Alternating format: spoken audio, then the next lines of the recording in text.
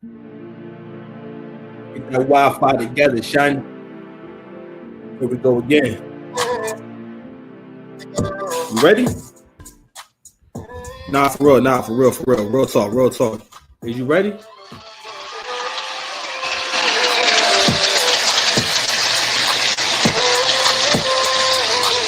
How y'all doing? How y'all doing? How y'all doing? I'm coming to y'all. I don't even know what color this is. I don't know if this is peach. I don't know what color this is, but I love the color of this hoodie. I gotta wait every year to the perfect point of the year, perfect weather to put this hoodie on. This hoodie don't come out in the wintertime. And see, that's how dedicated I am. It's how consistent I am. Let's go ahead and make sure we got the levels right. You know what I'm saying? Make sure I'm being respected by the, okay, all right, cool. Stream God respecting your boy. Anyway, my bad. Listen, my name is Six Paths Dice. Mr. Lane, if you need me, what's good? How y'all doing? Hope y'all doing good today. You know what I mean? So we're gonna get into a few different things. I thought I'm gonna go ahead and give y'all. I haven't given y'all a full Drake show in a little bit. I've been in battle mode, so I just had a battle with my man Don F. Skizzy on Global Rap Cypher a few weeks ago.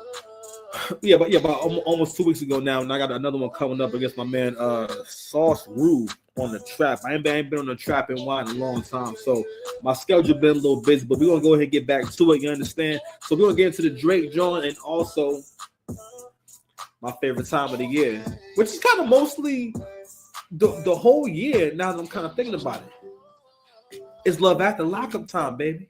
Should I do my dance early? Should I do it later? Love After Lockup time. Love After Lockup time. It's Daddy's favorite show. It's Daddy's favorite show. Love After Lockup time. Love After Lockup time. It's Daddy's favorite show. Yeah, it's Daddy's favorite show. Money is your God. Anyway, so if you're new to the channel, you know what I mean? Listen, we like to go ahead and start off with a song. You understand me? You know what I'm saying? I want your body. If you love me, let me get your body. Have a good time, man. My name is Six Paths Dice. Mr. Lane, if you need me. Let's get it. Man, girlfriend, shit, I got it going on. Step back like you got some hot shit going on. I wanna look you in your eye when that shit's gone wrong. I wrote this commandments and I put them in a song. My own man, never play my problems with wifey. I'm my own man, never play my problems with wifey. His zone got me feeling like beers or nothing like it. I ain't talking like this, so you niggas to fucking like it. I'm on my dreams, and I like to admit, yeah, I know it's been a while. I've been working on my shit. Black Wall Street back, Black Wall Street back. I mean, shout out to my homies that will listen to me rap. Shout out to Mitchell, as Nigerian say, I turn heroes to mirrors. I'm going hard in the pit. Got the guys with us. Show me love, give me that. Yo, shout out to my hunger that I shouldn't be fucking. All sex ain't good. I got spiritual budget. She go, oh, she wally wally, oh, she bang bang. Always want to be my cutty buddy, girl. We gang gang. Fun with the top down, with the full leg, cause she running in the thing, still trying to maintain. Young nigga, stop wasting your time. I ain't gonna let me go, daddy, but respect my mind. It's a G.O.D. It's my devil's on the die. You got a J.O.B. What's up? I think that money is the guy. Got J.O.B. I said, it's my devil's on the die. It's on the J.O.B. What's up? Man, girlfriend, shit, I got it going on. Step back like you got some hot shit going on. I got my dad hat, doing dad hacks and the act on. Shout out to my homies that will listen to me rap. They saying, Bill, bro, why you feel like that? You went to Umar school, you ain't built like that. Yeah, I feel like Goku. Touching down on that, prefer two-ass skirt. If she let me do that, she gonna make me depressed. She gonna make me a sandwich, no bread, no pop. I ain't mistaken that habits are fucking sophisticated, so fucking established. Yeah, my ego was massive. These young hoes catty. I said, swing, better, get your egghead beat. Put your ass in the dirt, nigga, that's rest that beat. I don't feel like big niche, but it's like that. Take a break, then I'm right back. When they put my son on the spectrum, I told him fight that it's like that. Tell my bitch I'm really like that. She know I'm a dog, I'm just hoping that she bite back. I got in a million things, but I feel that she felt that. With the trust game, and she felt that. She talk on my purpose like on me in the Hellcat. Then I pay the price, but I ain't bitch about the sales tax. When I step in the room, got the hotels in position. Rubies and diamonds that lit up my tomb. I'll be back soon. Yeah. Security clearance. I know it's mine. She gotta go to security clearance. Yeah, Winville. Vegas and Karen, Shannon's Karen, security clearance, security clearance, security clearance.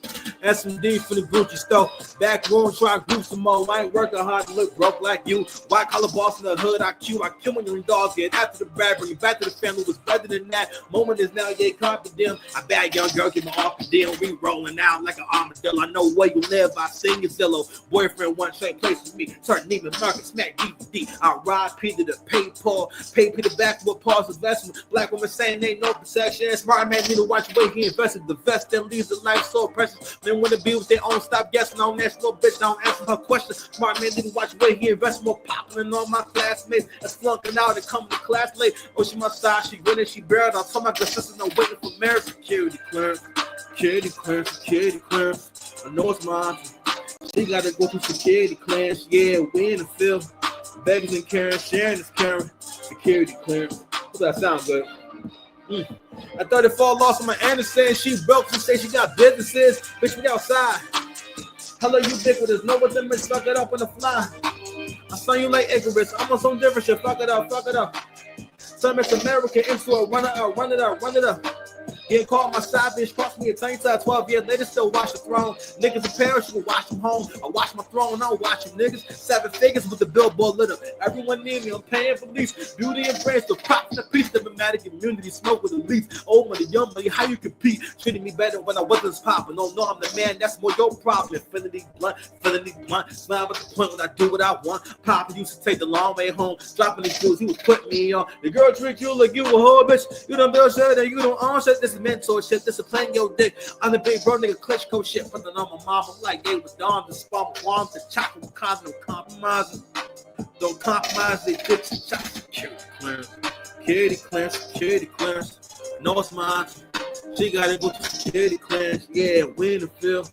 Vegas and Karen, Shannon's Karen. Security clearance, security clearance, security clearance. Fuck it up, fuck it up. Run it up, run it up. One more. My Lord. I see you for who you are.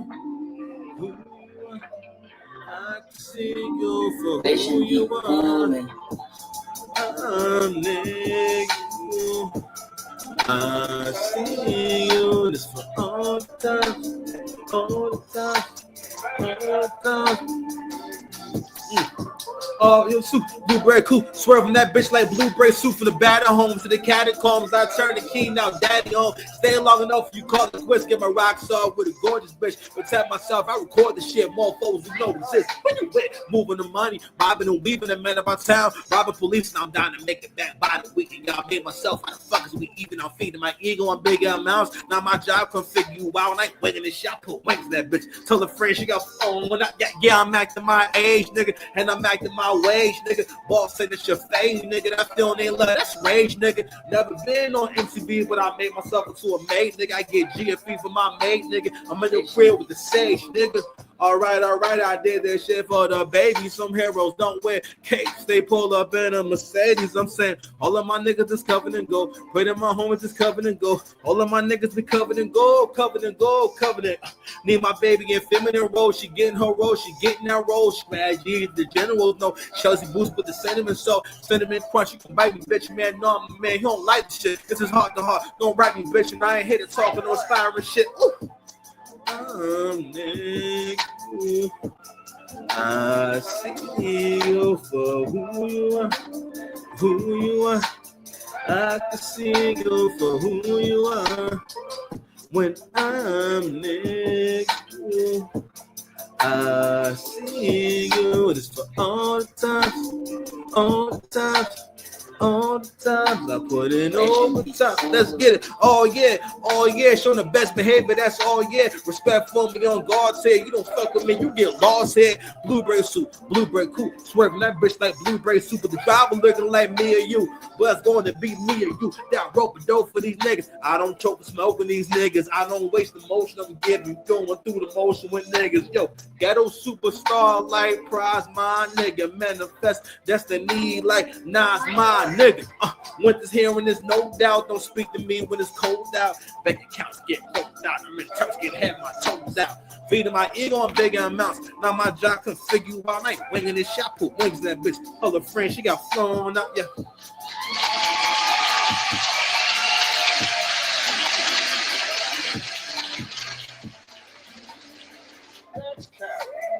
I accuse you of capital. I want your body. If you love me, let me get your body.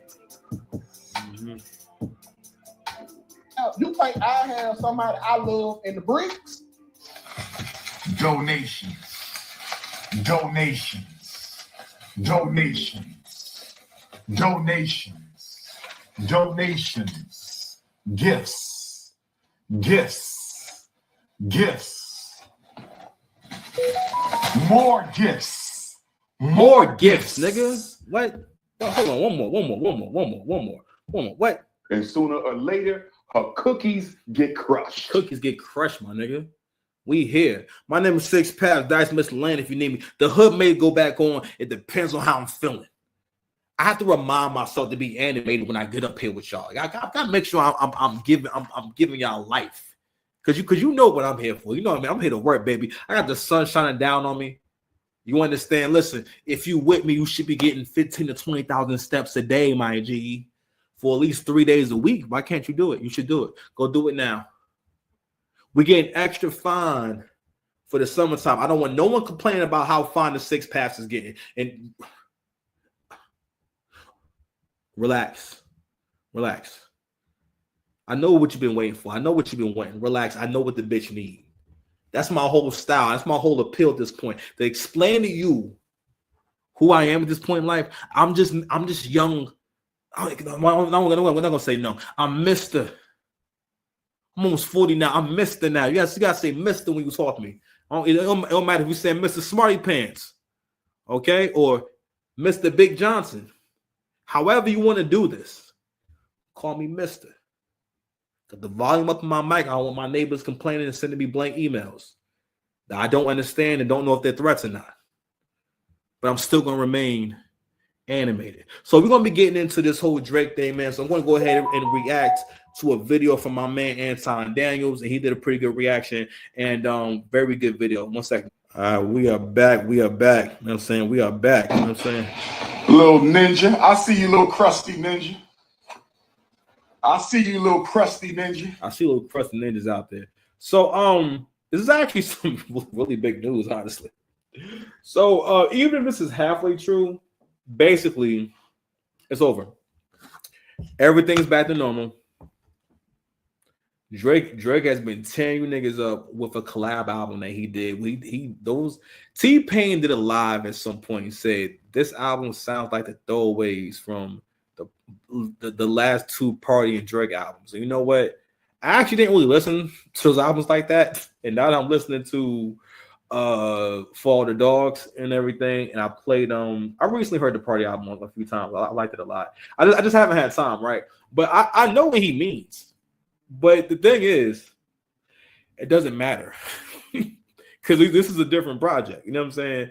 Not only that, what you hear on the Some Sexy Songs for You project, and when I just dropped this, that's what it sounds like when people make good songs. There is no, listen, the measure of songs being good is based off of how people enjoy them. That's what makes it a good song.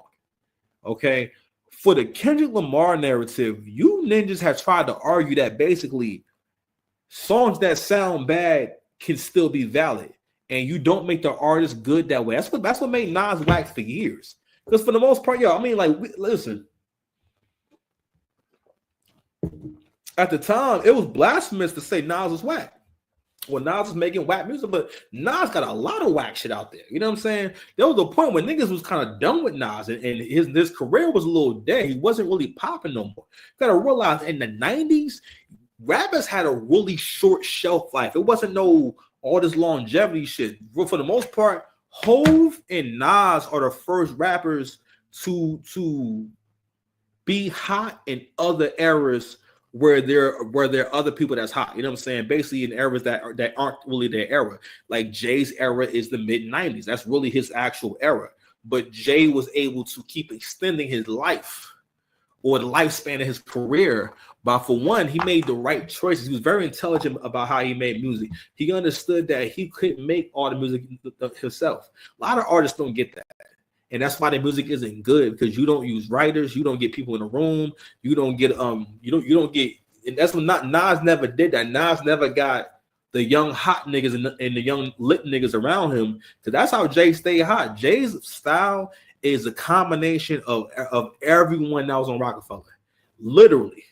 Like, you can say that he perfected his style after he absorbed Young Chris's style. A lot of how that bounce that Jay rap way, that's really Young Chris. Listen to Young Chris and go listen to the blueprint and listen to how Hov is bouncing on the beat and whatnot. He got that from Young Chris. But that's besides the point. Anyway, so I just want to point that out in terms of what I've been experiencing and what I've been seeing. Because again, like when I heard the GNX album, it sounded the raps, the songs sound very much like you're going to praise me no matter what I do. Even his disses during his beef, even his disses, the fact that he had the balls to put out Meet the Grams as a diss, the diss record always has to be at least a little bit jamming. That's what makes it a diss record. He put out Meet the Grams, like those songs sounded mad scattered and unfocused. Okay, and not like that. I don't know. That shit is ass, man. I hate that record. I just because it's so desperate. It's so desperate, and for a culture that always scrutinizes black men making all the perfect moves, doing everything correctly, doing everything in a perfect way because you hate it, and that's the thing. American black people. African Americans, we have such an effed up way of seeing things, and I think we don't realize again, our way of thinking is influencing the world. I was watching an Angry Man episode, and he was talking about how our culture is infectious, meaning that now that we're on social media and we're on media more than ever, with all these bad representations, all these musical artists who basically have no morals, they don't care about family at all. All the women are gay. They're either gay or like assassin level gold diggers. You know what I'm saying? Like ruthless. Because that's what female rap is. That's what female rap and female R&B is at this point. It's just, I'm this ruthless, horny bitch. I'm ruthless, I'm horny, and I want everything to be easy, and I always got a complaint in my mouth. And that's me. Anyway, I wanted to go there first. Sorry going on a rant, but we got time today. I started early. I got my lighting right. I like coming to y'all at nighttime, so it's being as though we're in the summertime. It's different doing content now because I'm used to like the lighting in here when it's dark. It's about to get dark in a little bit, and my window faces like the parking lot and whatnot. I wish I could show y'all, but that would be weird. But anyway, so I think we talked for long enough, man. I think I answered the subject long enough, man. So I bought all these things up because I really felt like that's what ruined the back and forth. You know what I mean? What ruined the back and forth was the people who are arguing in favor of the person that they like, or maybe they like more, tried to make the argument or basically make it about several other things. It became about Drake's blackness. It became about who he sleeps with. It became so Kendrick did dick policing. He did virtue signaling. You know what I'm saying? Basically he helped to invoke the victim mindset. All right. But not only that, what we saw the most during this whole thing is human beings are savages. We forget this. Good men civilized the world and created laws and rules and religion. That's why this world is safe for you. It's because men put together systems to create safety and stability. Because again, nothing can happen without stability. If you love your family and your kids, man, you gotta get out the hood. That's my goal more than ever now. So y'all, I don't want to live nowhere near here no more. I don't want to live nowhere near none of this stuff no more. Nowhere near it. All right. When I have a family, I don't want to be nowhere near here. All right. But But I mean, I bring these things up because what went on, and Drake has a line on "Give Me a Hug." And he says, Neo in the Matrix, these niggas is Nemo in the motion, little fish trying to make kids feel emotions. You know what I mean? And that's pretty much what went on, to the point where Kendrick Lamar, this was the highlight of your career. A rap artist, especially a rap artist that doesn't have hits, being able to perform at the Super Bowl. Not only that, and it was very obvious that all these things were happening to make Not Like Us look more valid. All right, let's go ahead and give him not just one Grammy. Let's give him 5 Grammys. And because his album dropped, I think, outside like the eligibility, like I think it might have just made it. Right. This is an album that people just heard, right? So I forget what he got them all for, but then after that, you got friggin' Conan O'Brien making jokes about Kendrick and Drake, and basically he made a joke saying, now was the part of the evening where Kendrick Lamar comes out and called Drake a PDF file, and it really was funny, and that was facts, because like yo, when you had a whole room of people singing A minor at the I think it was the Grammys, right? You got to think about what that says. And Azalea Banks made a brilliant observation by saying the fact that y'all laugh at and joke about and tease Drake about him possibly being a PDF file means that you obviously don't think it's true. Because in what world is the possibility of him being a PDF file something that you just loosely talk about on the record and sing about the Super Bowl? They couldn't show Janet Jackson's bare breast at the Super Bowl. They let Kendrick Lamar do a parade New Orleans style performance, which is a song about it's basically about a song about how white people are terrible, and Drake is terrible because he has white, basically because he's half white. So that makes he's a bad person because he's half white. He's a thief, right? He doesn't do anything for the community. He takes from us, so on and so forth. When in all actuality, this is the dude who got you popping. I remember where Kendrick was at. I remember seeing his shit on Complex and NotRight.com. I was not clicking that shit. I didn't click that shit until when I heard him on the Drake album. And I thought it was Drake rapping at the time for a minute. That's what I'm like, okay, wow, that sounds different. Because if you listen to Buried Alive, it do sound like Drake. And then I learned, this is Kendrick Lamar. This is pretty. I like this shit. This is pretty dope. Then I heard Section 80. Then after that, he took him on tour. 2013, that album came out. All that shit went in order. He got a big boost from that, right? For Kendrick to be up here talking all this shit, you understand? When like, yo, you ain't never been hot without Drake. 2013, you cooled down. You came out trying to diss Drake again. You know what I'm saying? And Drake was smart and never really engaged. But let me tell you why I think he engaged this time. I think Angry Man made the same point.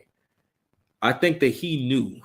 Well, for one, so I think either Angry Man or the Joe Budden podcast was making a point about why would he engage in this with him. You know what I'm saying? Because I'm like, yo, at the end of the day, the media programs you do stories and movies and stuff like that to always, because who are the rich people in every story?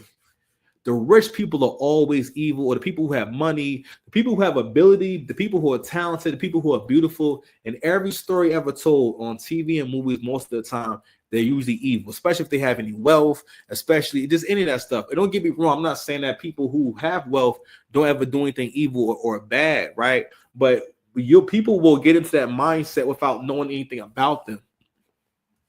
Okay, which is one more reason of why people fed into this whole thing, because again, it's a time where it's acceptable to shit on somebody, and we have to always resist the urge to shit on people. So hence, I think the one example that I think we're all guilty of is how we treat homeless people. Now, I may not always give them money. I may not, you know what I'm saying, always, kick it with them and whatnot, but I never ignore them, and I always try my best to make eye contact if I can. And I might get annoyed from time to time because, like, yo, you're trying to get, through this door, and you have a doorman out here, you know what I mean? But at the same time, like, yo, being where I've been over the last couple of years, which I always had compassion, but I'm like, at the end of the day, I always think I'm always like grateful. You know what I'm saying?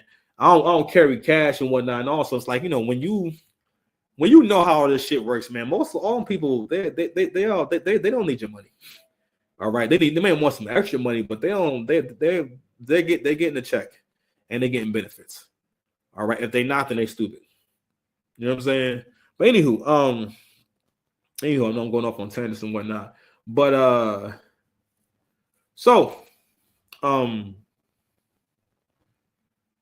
this case with Drake and UMG has been going on for a while now. So the case is mostly, it was always about Drake was suing UMG. He was never suing Kendrick Lamar in particular. But the thing is, what I realized, and I commented on this yesterday about how we have so much more media and so many more voices. So when things trend, they trend from content creators and people commenting on something online, right? And using certain words, and also from content creators creating content. And to have content, you got to have a narrative. So I get it, right?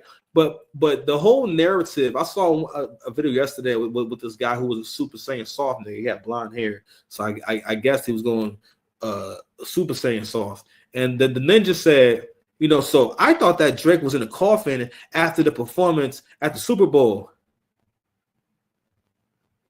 But surprisingly, so the story was about how Drake surprisingly put out Nokia. Like he was talking about the success that he's getting, and I'm like, but that was a narrative being pushed the whole time, was that, yo, this guy's career is over. People are not going to listen to him anymore. And they're not going to listen to him no more because of Kendrick Lamar. And it's like, and again, that is the power of a narrative. All right. In terms of what people tell you and what people gaslight you into. All right. Gonna find out listen, when a certain time came, listen, when the smoke cleared, a lot of podcasts, including the Joe Budden podcast, started saying different things. Admitting that Family Matters was tougher. You know why? Because they weren't being paid to anymore. A lot of people got paid. A lot of people got the perks of being able to play the song during a stream and a show. But the narrative that was pushed because from the beginning it was always about Drake is defeated, Drake needs to go away, and in so many words, Drake's stock is down, which was never true. Right. And I bring this up because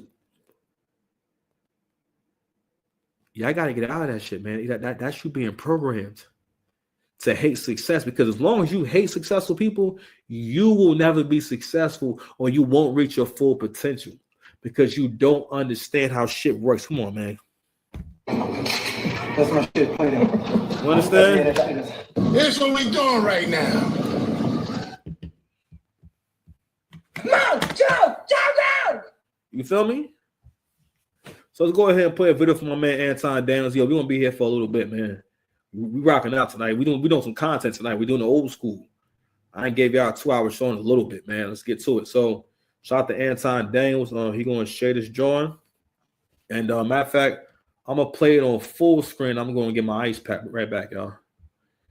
Fair use. Thank you, Anton. What's going on is Anton from AntonDaniels.com. I appreciate you guys for continuing to rock with me. I want to have a discussion really quickly from a business perspective, and I guess we can talk culturally, because you can't really talk culturally about hip hop or rap music without looking at it from a business perspective. But I want to talk a little bit, and I'm going to share this article with you guys so that we can really have this conversation in truth about the recent revelations and the court documents that has been revealed to show several different things in this whole Drake process. Now, for those of us that's been living under a rock and we have to refresh your memory, obviously we know that Drake and Kendrick Lamar had a battle, and it took over the whole music industry. And lo and behold, obviously we had the Super Bowl with Kendrick Lamar, which personally I thought was a little bit lackluster. I'm not really for all of the Black Lives Matters content and stuff like that. But more importantly, Kendrick Lamar got the opportunity to do the Super Bowl, and so salute to him. Outside of that, though, Drake had already previously filed a lawsuit, and people had took that as a massive L because they said that Drake just couldn't take his loss like a man, and so on and so forth. I thought that Kendrick Lamar ultimately could be declared the winner because Not Like Us was the biggest hit, but I thought that Drake had the best diss record, personally. So, just real quick, but before we even go any further with that, right? That's what I noticed. People who got motion, people who want to continue to do well, right? People who have ambition, right? And people who think for themselves recognize from the get-go. If you think about the content, first of all, it's a lot of content. He's angling the fuck out of him. It was always an underdog thing. What I realize in battles is that most of the time when I battle people, I realize, oh, I'm not the underdog. That's why you're not giving me as much credit. I'm not the underdog. Oh, it's interesting. So you don't see me as like the dominant one. Because if you saw me as not being as good as this person, you would be more impressed when I start getting off. But in most battles, I'm not really an underdog. It's kind of people kind of feel that I'm getting ready to take the shit. Pause. I mean like that. I'm getting ready to take the battle. Little ninja. I see you, little crusty ninja. I see you, little crusty ninja. Protein shit. But people saw Kendrick Lamar as the underdog, whether you want to say it or not. Because it really, when Kendrick got out there and embarrassed himself at the Super Bowl and everything, because for the most part, because that's when it became clear you don't have hits. And you know the argument people made for this nigga? The performance wasn't for you. It wasn't about enjoying music.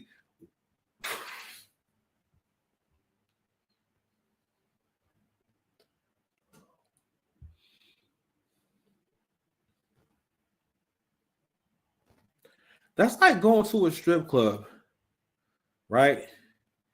And you waiting for these dancers to come out, and then some niggas, and then some dudes just come out and start dancing. You like, yo, what's going on? Like where's the girls at? And you like, everything is not about vagina and ass and titties and seeing a bad bitch. Like you can't do something different from time to time. You can't watch this man express himself, and you can't support this man. Oh, you your brother's keeper? And I'm gonna say, nah, nigga, I'm straight. Little ninja. I see you, little crusty ninja.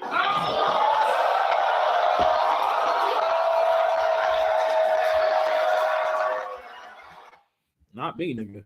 Anyway, but anyway, I just want to point that out. That like I'm like, because where I'm at in life now, because some of my favorite songs I still had in the playlist and when from K-Dot. And like I remember even when I heard Mr. Morale, like it was awkward. Like I liked a few songs on there, but they weren't like last album good. I never got to that whole album. And even back then, I never called it whack, even though I knew I didn't like it. I remember thinking like, wow, I'm not impressed by this shit at all. Like, and I remember making excuses for him, like, well, I remember saying to my boy one time that Kendrick Lamar, the way I see it is like, yo, he has to go through his own path. Because I mean, in a way, right? Being an artist, right? For some people, they have to go through certain journeys and whatnot to give you these magical moments. But then I realized, you know what? Actually, no. Yeah, he can go through the journeys, right? Or just go through certain steps or certain phases to give us a magical moment, meaning a good song, but he also does not have to include all of the not good songs on the album. He'll give you an album with a bunch of not good songs on it. Okay, like, but anyway, when he went up there at the Super Bowl, that's when we realized you're not really a superstar like that. Like you're not really a superstar like that. Not really. Because more and more, I remember over the years, I used to be thinking like, man, like Kendrick Lamar be getting some big looks because like, yo, a rapper that had that kind of content back in the day, he wasn't getting no looks. Like I always thought it was weird. Like the love he got. I remember years ago, Lady Gaga had put up a tweet saying, Kendrick Lamar, when's your album coming out? I want to go to the clubs and dance again. And I remember thinking like,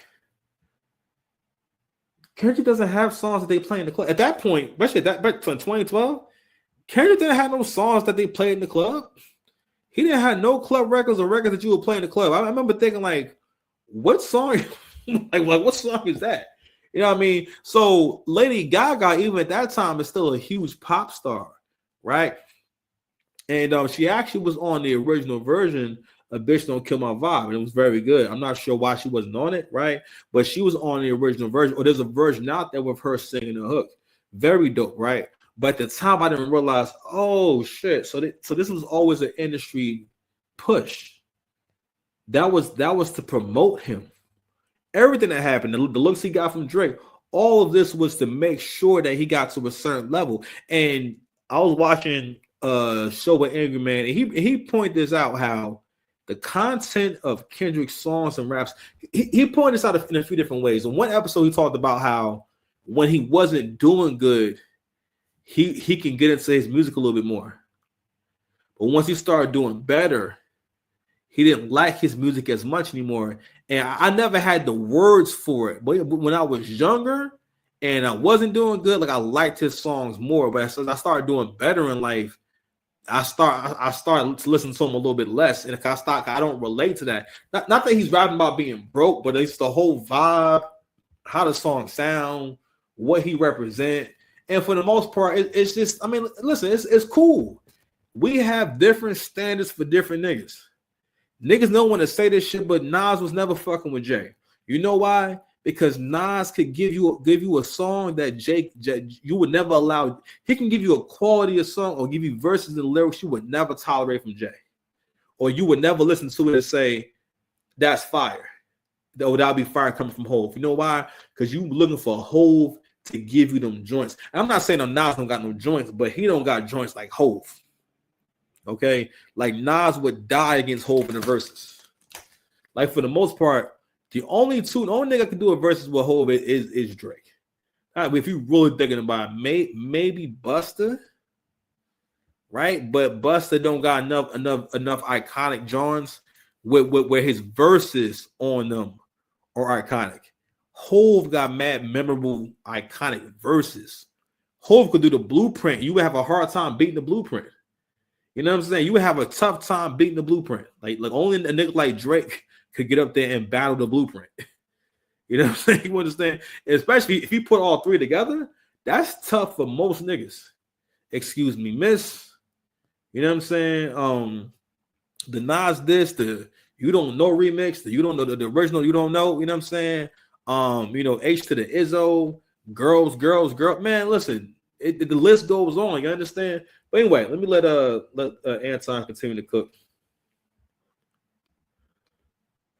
Something that I wanted to hear, something that when he switched the beat 3 different times and all of that, that was for me. But again, I know that a lot of people don't consider me a hip hop aficionado because I don't create content around hip hop or address every single beef or do album reviews. But we all like music. We all love hip hop. And I'm not going to switch my content to do that just to be able to justify giving my opinion. But more importantly, I like to look at things from a business perspective.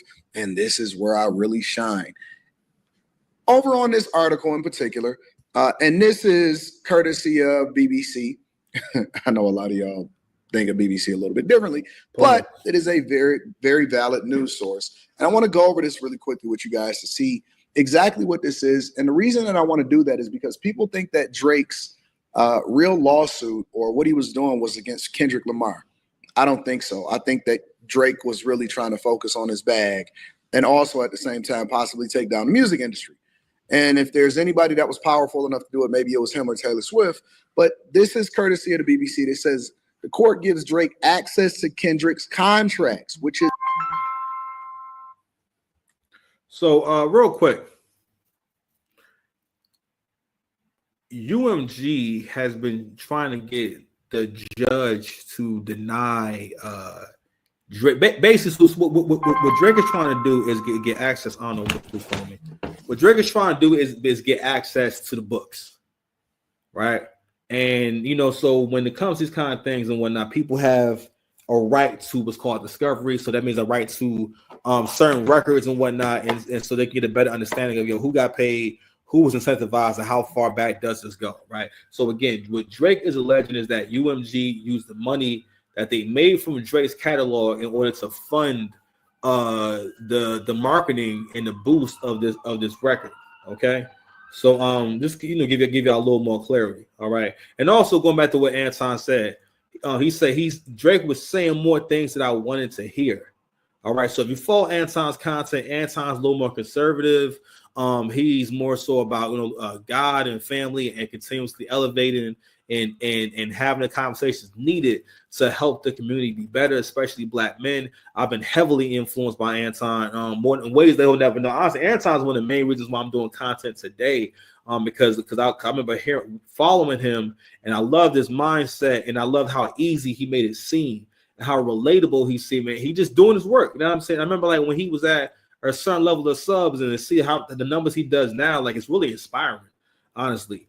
And he's just, it is mostly, the challenge is mostly about being consistent. That's how far you can get by having a quality show and being consistent. But anyway, but going back to what I was saying about the whole content, right? Depending on where you are, listen, certain lyrics hit different for you depending on where you are in your life, right? Like with Hove, one of the reasons why niggas didn't like Hove subconsciously is because he made it clear that you're going to have to be better, all right? Because what Hove rapped about was about elevation, and Hove was also giving y'all a unique perspective and a unique look into the life of someone who was in a unique position. Hove was somebody who's from the bottom, the absolute bottom of society, and managed to rise to the top. You know what I mean? He talked a lot about your relationships and friendships and the different dynamics that go on when you're the guy on top. So, for example, with Hove, we never seen someone get attacked as much as niggas attacked and win at Hove. All right, niggas been trying to jam Hove up for years from different lawsuits, different beefs and stuff like that. You know what I'm saying? Hove was the nigga. I mean, listen, people had rap beefs and whatnot, but Jay-Z was the nigga to this. You know what I'm saying? And in my era, when I was younger, it was cool to basically say shit on Hove, because what people would do was shit on Hove in favor of Nas or Wu-Tang. Even by that time, Wu-Tang was old news. Like the members of Wu-Tang still did music, but it wasn't no Wu-Tang albums coming out. So Wu-Tang was before my time. That's 94. You know what I'm saying? So like, and I was never around no one who was playing Wu-Tang like that. You know what I mean? I knew who they was, and I knew about ODB and stuff like that. And I was, my uncle had that tape and whatnot. So he probably was playing it. But they wasn't. Because they didn't have commercial success like that, at least to the point where I knew the records and whatnot. I knew Method Man and shit like that, but that was, even at that point, again, that was like old school sounding at that time. Like Method Man sounded a little bit old, not old school, but a little 90s at that time. You feel me? Because they era that this wasn't 2000s, not really their era. They still sounded good in the 2000s, right? But it wasn't really their era. But anyway, I just want to touch on what Anton said in terms of the perspective, in terms of like who you are, has a big impact on how you heard those records. Because I heard Drake make valid points that actually were good angles, and they would be good angles in a battle. Whereas for the most part, what Kendrick did was basically a Hail Mary. It was a self-destruct button. He said, listen, I'm going to make this about race. I'm going to make this about the fact that you're not a nigga like me. I'm going to make everything that's good about you a negative thing. I'm going to take the fact that you have Jewish heritage, and even though Jewish people pay me and write my checks and whatnot, I'm going to do this shit, because Kendrick does this shit where because again, this is something that Black people with a poor mindset get into, which is the joy of trying to talk shit to white people or getting confrontational with white folks or talking bad about white folks to their face. You know what I'm saying? Despite whether it's appropriate or whether it's even constructive. So with that performance, the argument can just be made that, well, it's about symbolism and all this other bullshit. Yo, get the fuck out of here. You did a bunch of whack ass songs at that performance. Like, yo, do the ones that we wanted. Matter of fact, if you would have did Poetic Justice, that'd been a whole different beast. If he would have did Fucking Problems with A$AP Rocky and Drake, that would have been epic. That actually would have been good. You understand? If we would have did Loyalty with Rihanna, that would have been awesome. No. Anyway, my bad. Major. And this is a part of the discovery process. It says Drake has been given a green light to access sensitive record company documents in his ongoing defamation case over Kendrick Lamar's song Not Like Us. The star had asked for copies of Kendrick Lamar's recording contract, as well as information on salaries and bonuses for senior executives at his record label at Universal. Now, why is this important? Why would he want to know bonus information and salaries? Because one of the things that has been, reported, or one of the things that's being accused of UMG, is that they're doing the same thing that they did to Drake and Kendrick Lamar, that they did to Big and Pac and so on and so forth. Basically, that they're trying to incentivize each other to tear each other down, and they are promoting Kendrick Lamar's Not Like Us unfairly, as well as other things, in order to try to capitalize off of and hedge their bets against Drake, because Drake doesn't need to be the only star that's generating the majority of the revenue over at UMG. So they're using him. Basically, this is what he's saying, right? In a nutshell, in a summary from a C student's perspective, is that they're using him to continuously build up other artists, but at his detriment, all right? And that's why he wants to know, who's getting a bonus as a result of what's happening? What are the salaries of the people that's making money off of this? Who's helping who? And I also want to know his contract, because I want to know what incentives that he has and what you guys are doing on the back end, because we really need to get all of the cards out on the table. Says that Drake is accusing the company of defamation by allowing Lamar's song to be published and promoted, claiming that it spread false and malicious narrative that he is a P word, right? Universal filed to dismiss the case last month, calling it a logical attempt to silence Lamar's creative expression. Imagine that. Imagine your record label that owns and promotes both of you guys' music, making money on both sides. Goes on to say it also asks for a pause in the evidence gathering process known as discovery while that request was considered. However, on Wednesday, the judge ordered that the discovery should continue. Michael Gottlieb, Drake's lead lawyer, celebrated the decision in a statement to the BBC. Now it's time to see what UMG was so desperately trying to hide. Now, so real quick. So if you haven't been following this, right? And again, let's just follow the logic of, if there's nothing to hide and you're telling the truth, why wouldn't you want to produce the evidence that you're telling the truth if you had nothing to hide? UMG has been trying to stop him from moving this situation forward from the beginning. They've been trying to have it dismissed. They have not been trying to fight this case whatsoever. Angry Man made a brilliant point, and that point speaks to, again, you watch too much goddamn TV and movies, and in TV and movies, and shout out to Jordan Peterson, he made this point too about, in TVs and movies, the alpha male is always the villain. The alpha male is always a bad guy. The strongest guy, the most popular guy, the most good-looking guy is always a bad guy. The guy who has money is always an asshole. He's always a terrible fucking person.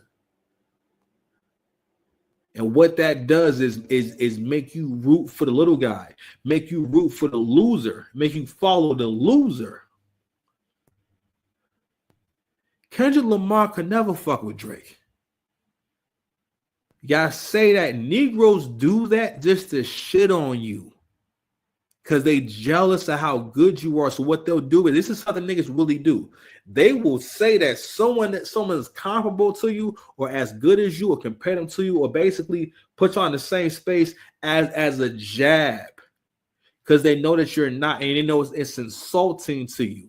That's another thing that we do on this channel, is I help you to also improve your communication and your understanding. Same voice you talk with, the same voice you think with, right? So when I say that, I'm talking about how, what I also point out is, knowing someone's attacking you, because you cannot flourish, you cannot grow, you cannot become great being around people who tell you that you ain't shit, or make you feel like you ain't shit. Yo, give me a second, yo.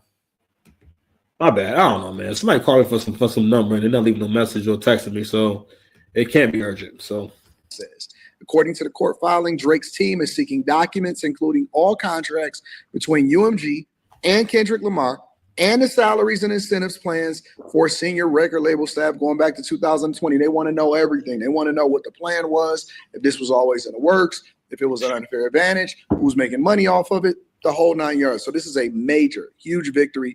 And it also goes against UMG's request to ultimately dismiss the case. They're not having it. UMG has objected to the request, saying that it is costly and time-consuming process of gathering the commercially sensitive information was an undue burden when the case could still be dismissed. Here's the key. Here's the catch. There's also been several different credible sources. I'm going to go to the one that's easiest to be able to cite, but there are several different sites that are reporting, including Media Takeout, that Universal is now offering, now that the judge has declined to dismiss the case and is granting Drake and his team the ultimate opportunity to see behind the curtains in the discovery process. They're saying that Drake is reportedly getting offered a $250 million settlement lawsuit.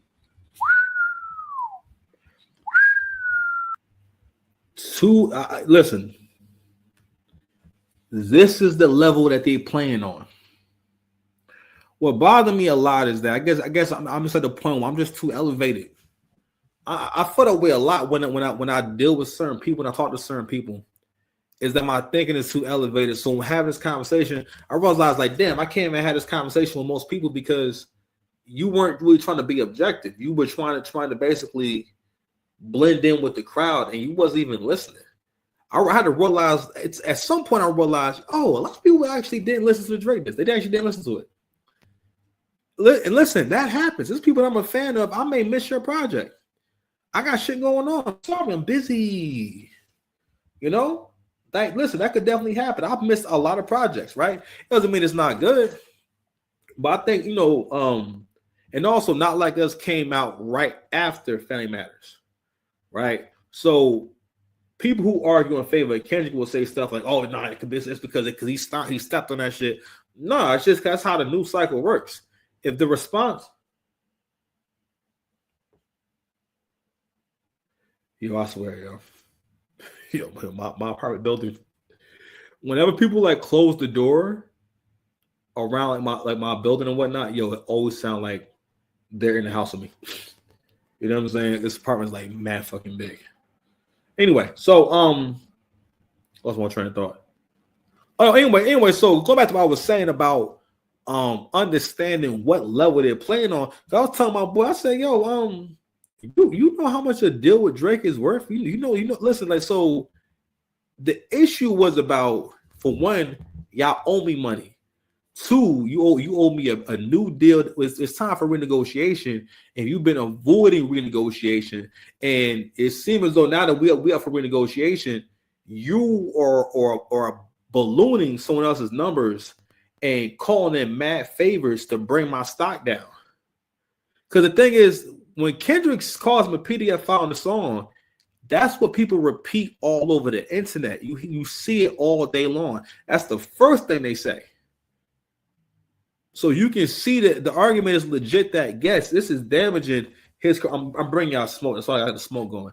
But the argument is there that it's clearly damaging or was damaging to his career and reputation. And that's for any man. If any man gets accused of doing something that heinous, it's not something that people forget or let go of. No, your reputation is ruined forever. You will always, you know what I'm saying?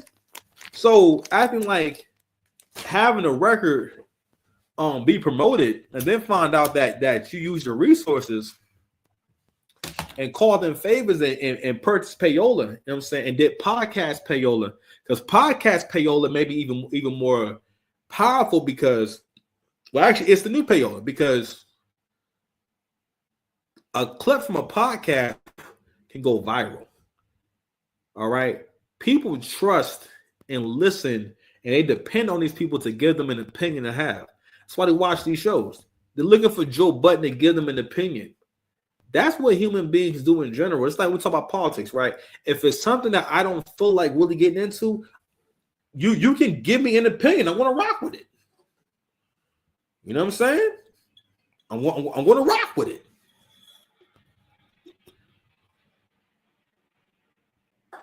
And it's almost unreal, because now the whole argument for this record and how big the record actually was, it's done. Because if this is true, UMG has admitted they basically admitted defeat, and they admitted defeat first. That's what a settlement is. It's not, I don't want to waste time with this. Angry Man made a really interesting point, and it really showed me how despicable you niggas is. And the argument that he made was, you've never seen especially the culture, side with the record label against a black, not just an artist, but a black artist that does hip hop music. And in those moments, you realize, oh, okay, no, you are really biased. You are really and truly a hater. Okay, I got my soundboard. Make sure my soundboard's nearby. Listen, we soundboarding the whole episode, son. We soundboarding the whole episode, man. We ain't listen, bro. Hold on, man. What? Little ninja. I see you, little crusty ninja. I see you, little crusty ninja. Crusty ninja? Goes on to say, if you thought the rap beef between Drake and Kendrick Lamar was all about bars and billboards, nah, that's not really it. It says that Drake attended a game between the Houston Rockets and the Cleveland Cavaliers at the Toyota Center on March 16th. Everybody's been seeing him down in Texas and Houston. And they saying, according to an insider, his lawsuit against UMG may be on the verge of a quiet settlement, and the numbers being thrown around is basically in the hundreds of millions of dollars. Say Drake filed a bombshell defamation lawsuits against UMG, claiming that the music giant used bots and payola to artificially boost Kendrick Lamar's hit "Not Like Us," the song that's now being called the biggest track in the world. Drake's legal team is arguing that Universal, which backs Kendrick, manipulated the numbers to hurt his reputation and distort the competition. So basically, they're offering $250 million to settle the suit. And the question that we now have to ask is it enough? Is it enough? Because who's to say that Drake is interested in settling at this point? Maybe he feels as though this is a lowball offer. And not only that, maybe he has so much money. And again, I'm just speculating here and I'm just giving my thoughts. Maybe he has so much money and so many resources at this point that it's not really just about getting a payout. It's more or less about taking down what we know is the biggest entity in the music industry, or maybe it's double, a two-way street in which he's not only trying to crush them or get out of this, but also remove himself from his recording contract because he is much more profitable by himself instead of being controlled by a major, which he don't really even need at this point, right? Some people argue, he didn't need a major. I remember when Academics was reporting and he was saying that there are people that are at the music label that was saying that they can't wait until Drake had dropped his next project because he's going to see that they were the ones that were pushing him instead of him really having the emotion that he had. Obviously, we seen the album with him and Party Next Door, and that crushed what that narrative was. But I'm curious as to what you guys think. Do you think that Drake is actually going to win this lawsuit? Do you also think that the music industry and UMG, Universal Music Group, are the ones that are manipulating things so that they can possibly hedge a bet to ensure that in the case that anything was to ever happen to Drake, knock on wood, or in the case that Drake ever removes himself from his contract, or if they ever tried to lowball him and he didn't resign, that they had another star that they were promoting that they can ultimately make a lot of money off of in order to continue to keep the lights on. Let me know what y'all think inside of the chat. I love y'all. I appreciate you. So I've heard this narrative before. I think I mentioned it earlier. I was getting to it earlier about how this may have all been employed to help Drake get out of his contract. Because to a certain degree, he knew how y'all was going to act. I think the main thing that Drake didn't account for was how just how black men treat each other, and just how we see black men in general. In the black community, if you refer to the hierarchy goes old black woman at the top, then it's women, then under that is kids, and then it's men. All right. So the narrative you also saw was basically what everyone was saying was, hey, why can't you take your loss like a man? Just be a man. Shut the fuck up. Shut up. Don't complain. Don't say nothing. Because for the most part, what you really heard was people trying to convince you that all these whack songs were good because it meant the destruction or what you perceive as the downfall of a winner. That's what it was mainly about. You don't like winners. And you don't like good people. Because if you think Kendrick Lamar is a good dude, do you realize you say that with absolutely no proof? You can't tell me whose career he started. You can't tell me who he helped out. You can't tell Drake has gotten countless niggas lit who were able to get other niggas lit. Drake was the only nigga that came into the game and didn't need a cosign. Drake came into the game getting Young Money hot. He got them hot. Without Drake, that movement is not the same as just Wayne.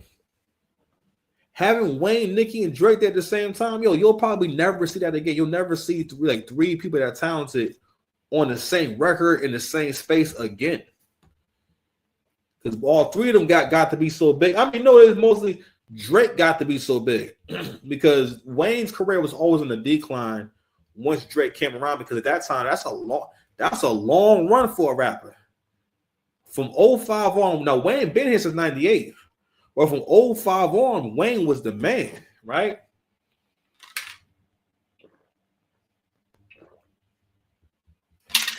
And a run like that generally lasts about a couple of years. And most artists maybe like one, maybe a few runs. Maybe one big run, then maybe a few light ones, right? But Wayne had a long run, but I think what slowed Wayne down was jail, and Wayne didn't continue to progress his lyrics in terms of making great songs, because Wayne is from the era of the cookie cutter song, when records didn't really have to be that good, not like how it is now. I watched a video with Hitmaker. He was making a point about how Drake established a whole different standard for the industry in terms of how songs are supposed to sound, how it's supposed to go, and basically knowing what the bitch need. You know what I mean? And if you listen to songs that came out before Drake, you can hear different kind of choruses. Those choruses, it's hard to explain, but if you ever listen to older early 2000s rap, but say the Locks. Matter of fact, go back to Niggas Done Started Something, right? That is one of the worst recorded hooks ever. Where one person says one part, then someone else says the other part. It's kind of offbeat. It's not the best look. I'm not gonna lie to you. I never lie to you, and I'm never gonna lie to you. I'm not gonna start now. So I'm trying to make the show focused. So we're going to go ahead and just move on. I'm not going to look up anything else. We're going to go ahead and move on to my favorite show. So we're going to stop sharing this, and we're going to share Daddy's favorite show. Daddy's favorite show. Okay, so I wanted to get into these two other couples, so I'm going to go ahead and let her finish. There was so much content yesterday that I just had to just keep on cooking. But before we do that, we're going to take a quick break. You know what I'm saying? A quick break. Dance party with Beyonce. Dance party with Beyonce. We are back. So this is Ashley. I'm going to let her cook a little more. Then we're going to get into these other crazy couples, man. All right. So Ashley is a former dancer. She now works at that's a Waffle House. She said she a waitress. So she waitress during the day, so she get them humble tips and whatnot. So when I first was watching this, I thought she was Hispanic, but she not. Anyway, fair use, and let's go ahead and share. See. Okay, playing that game. I'll play a game. Let's see if I go back. He's not scared of anything. You and kiss you and be detrimental to him, that he doesn't want me posting anything until he gets out. I asked him about it. He told me. Me and Bull catching up with the fam. But I thought I was going to see you after you got out. Is that still? I might be able to catch up with you later on that night. Do you plan on me meeting your mom or anything anytime soon? We're going to get into all that. Let's take it one step at a time, though. So she's 31 and he is 25. So I spoke on this yesterday. I didn't put the episode out yet. I just being as though we landed here, I just figured we can go ahead and just recap here. So I talked to y'all about that age gap. All right. Young men, watch out for the age gap. For the most part, real talk, it is so much safer you. It's so much safer for you to just beat your meat, bro. The worst position you can be in, and this is how guys mostly wind up with an older woman. Guys a lot of times wind up with an older woman because she has a place and he don't got a place. And they start hanging out. And again, it's understandable because you're in your 20s. If you're a young man in your 20s, you need to be trying to find a way to get yourself into a room. Because if you have a roommate, it's the same difference if you go ahead and buy a room. At least you know that if you might get in a room from where you paying the landlord for a room and whatnot, at least you know that the room ain't going nowhere. Because you can have a roommate and they get behind on the rent, or you get a place that you can afford, get you a 2-bedroom that you can afford by yourself, then find a roommate. Or Airbnb the other room. Matter of fact, that's what I should do is Airbnb this other room. That's what I should. Sorry, Levi. Anyway, I don't know. I might have to. It might work. Anyways, but you need to. But that's how you wind up in these relationships, and that's going to always be a predatory relationship because, and when you at that age, not that you a baby, but you are young. You don't know shit yet. And she's a little bit older. She knows he doesn't know anything. She knows that he has no skills to be able to be an effective. I hate to use the word provide at this point because now that we're exploring the many facets of manhood, we're not going to be reduced to providers no more. We're not doing that. We are people. Providing is a part of what men do. It's not the only thing that men do. You understand? But anywho, she knows that he doesn't know. He doesn't have a program for her to follow. She knows that he doesn't have a vision for the future. She knows that he doesn't have the means or the abilities to do much of anything, much less take care of someone who already has a family. But a woman like that wants to date a guy in that position because a guy in that position is willing to fall for her game. Women always have a game.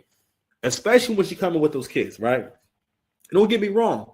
I don't think that what's funny is feminism makes women who are in a bad position think that they shouldn't do anything positive to change things. That's another reason why you guys want to keep on losing in dating. Because all the game that y'all want to follow, that women want to follow, especially black women want to follow, is always about cheating the man, tricking the man, dominating him, or having a deal that's only beneficial to you or more beneficial to you. You even have influencers saying stuff like, "Oh, it's always going to work out better if he loves you a little more or he likes you more." That's not true because that means that the woman will get into a relationship with guys she don't like when she does that. Women, you can't have a relationship where the woman doesn't like the guy. But women will do that though. But even that whole mindset, that's just an arrogance. That is an immature and evil mindset. Because what it says is you don't have to appreciate people.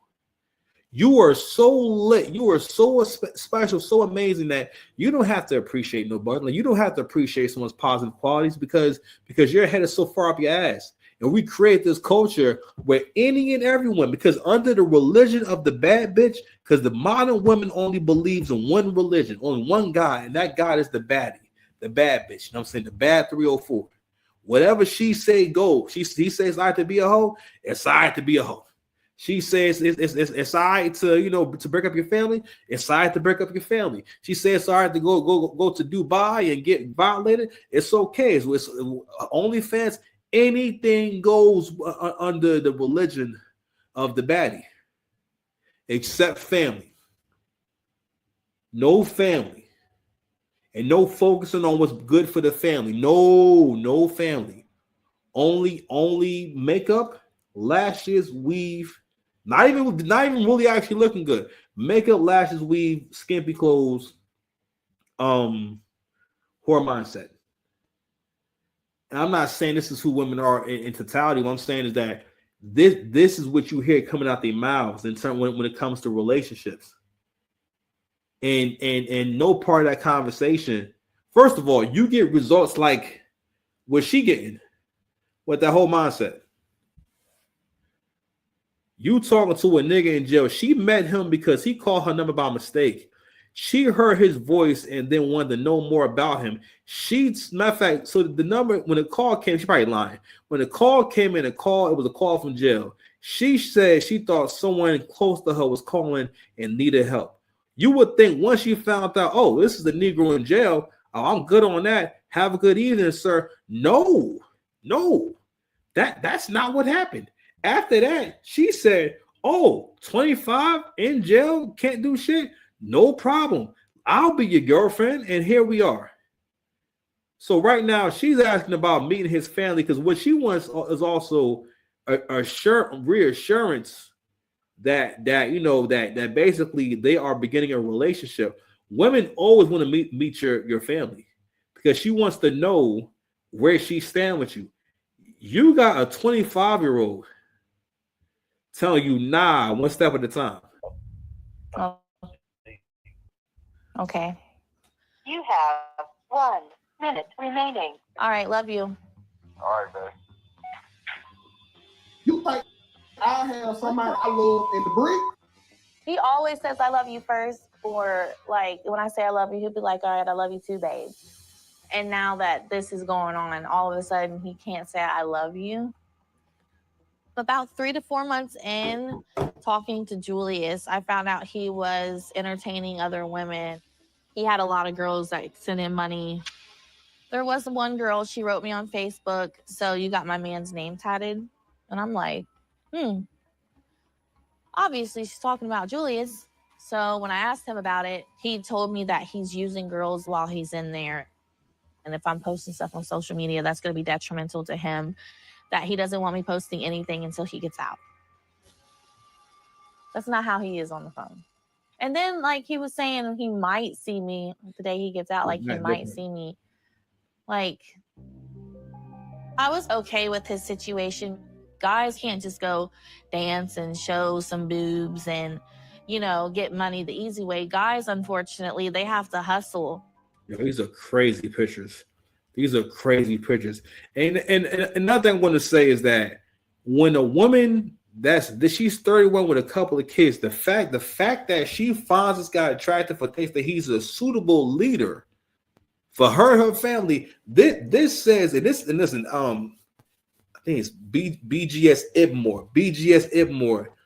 He coined this talking point, or created this talking point, or this point around how women do not mentally progress past the age of 14 years old, especially if they're unmarried and they don't have a man in life, because there's no one around them who's keeping them rooted in reality and anchoring her to reality. If she's only around her kids and other women, don't get me wrong, I'm not saying when women never have no logic, right?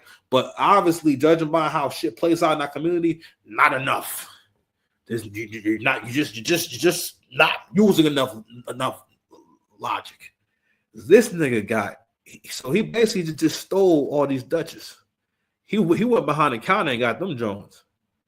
All right, he got the carton of the Dutches next to his face. She's seen these pictures and said, this is exactly. Rather than getting back with my kid's father, I need to go find this nigga. But again, gotta ask yourself, why is she attracted to this? Why? Because in her mind, she doesn't see herself as a grown woman. A lot of women want to be a little girl. I'm starting more and more. I'm getting into understanding that women want to stay as close to teenage responsibility and expectation as possible, and teenage thinking as possible. A lot of grown women do not want to grow up. Because that's one of the main points of the channel, man, is to help y'all grow the hell up. Because the thing is, if the grown people don't care about being grown, we can't all be young at the same time. We can't all be young-minded at the same time, because what happens is we pass on basically this immature behavior to the young people. All right? Because we got to show them how to be grown. Because this is what happens. Because if this was back in the day, yo, I mean, now mind you, she's not crazy older than him, but yo, that's a 6-year age difference the wrong way. It's not even like he's a young guy on the outside. He's a young guy. Well, he was a young guy in general. He's a young guy starting at the bottom. He's at ground zero. He has nothing. One more thing. Listen, all this shit really be proven. Y'all do not need no high value man for nothing. It's to the point where she's getting confronted. She got other girls he talked to stalking her, because how do they find her page if they just know him, and confronting her about a tattoo that she got for a man she never met before or spent any time with? Let me tell you something. That is a sign of a crazy person. Someone who shows their love by getting a tattoo, that is not a thing. That is one of the greatest signs that you are trash at relationships, and you do not understand what's important in a relationship. If you think that, you know what I should do? I should get your name tattooed on me. She has never even smelled his breath, and she got Julius on her body. Trying to tell you, this will be the same John on Kendra G or Kevin Samuel show back when he was alive, rest in peace, talking about, yo, I can't respect the man if he don't make 6 figures. All right, yo. I know he doesn't have to do that anymore, and I know he can change. That was the plan, was to see me for a few hours that evening, and now he's saying that he might. I've never sent Julius money at all since he's been in there. I refuse to be one of those girls that he's using. So obviously he wants me, and he's never asked me for anything either. Yo, more and more I've been realizing that, yo, women will come online and just lie unprovoked, all that stuff. He giving her the fat girl treatment. That's what he giving. He giving her the big girl treatment. You know what I'm saying? What he's going to do at this point is go with who got the most bread, and you're going to see his storyline is crazy. I don't know. Of course, he can be with his family and stuff, but like at nighttime when you're about to go to bed, like I can't see you, Dan. Like it's just weird to me. It's been a year of me loving this person, wanting to see this person, fantasizing about this person, and now it's finally happening. I'm definitely going to stay positive. I know I'm in love with Julius. I love the way he talks to me, the way he tells me he's ready to be a stepdad, the way he tells me he's going to be the perfect person for me when he gets out. So that's the main thing too, and that's what she thinks she's doing right now. She's thinking, all right, I need to get a man in here, but what kind of man can I get? Okay, and this is listen, and mind you, I mean, I don't think these are her only options. I think the reason why these women go with these kind of guys is because they represent a life with no rules. Okay, I'll be telling men, if you want to understand women, ask yourself when you was 10, 11, 12 years old, and someone asks you, would you rather have parents who are going to be around you all the time, sit down and have dinner with you every night, go on family trips, you spend time, we go on road trips on the weekend, go fishing, go to church and stuff like that, whatever your faith is, right? Would you rather, but if you do all this stuff, you're going to be very successful when you're older, you're going to be very happy when you're older, right? Or would you rather have a parent that leaves the refrigerator stocked with hot pockets and French fries that you can, and you got an air fryer? Let's put an air fryer and some Wi-Fi in it. Would you rather have the parent who stuffs the freezer with hot pockets and fries and a bunch of frozen food that you can eat, you know what I'm saying, and Wi-Fi, and they work 2 or 3 jobs and they ain't never home? Or would you rather the involved parent? You pick the freezer full of hot pockets every time, man. Every time you pick it. Lie to me. We ain't got a lot, Craig. You always pick them hot pockets. You want what's in that freezer. You know why you want what's in that freezer? Because you don't want to win. You're not thinking long term. Who not chasing greatness? You not chasing greatness. But now, real talk though, when you're younger, you're not attracted to that. You're not. That doesn't sound, because you don't have long term thinking. Even as an adult, you offer most adults that, you know what I'm saying, you know, or something similar, they would have a hard time, or there would be hesitation at least. Bad juju, no good, right? So these kinds of men, they don't have to be a better woman. They don't have to be a woman with these kinds of men. But we're gonna go ahead and look at one couple in particular. I'm getting tired. I'm out of stamina, but I wanted to get to this couple. I think they Haitian. I could be wrong, but I think they Haitian. I'm gonna pause. All right, so let's get to this couple right here. I think the girl Haitian. I mean, I could be wrong, right? I think the girl Haitian only because, mostly because again her look and whatnot, just her features, right? And what she described is how a lot of Haitian American girls are, where they're very rebellious and they go through not a whole phase necessarily, but they always wind up in these bad relationships, right? These relationships where she's essentially the good girl and he's either a fuck up or he is always messing up or whatever. But it took me a long time to realize that she's not getting a bad deal. When you look at women like this, you can't look at it as why is she with him? Why is she dating him? You can't be looking at like, is she really going out with him? Is she really gonna break you? You can't look at it like that. Take off your hater hat. You got a hater hat on right now. I'll give you a second to take it off. I'll wait.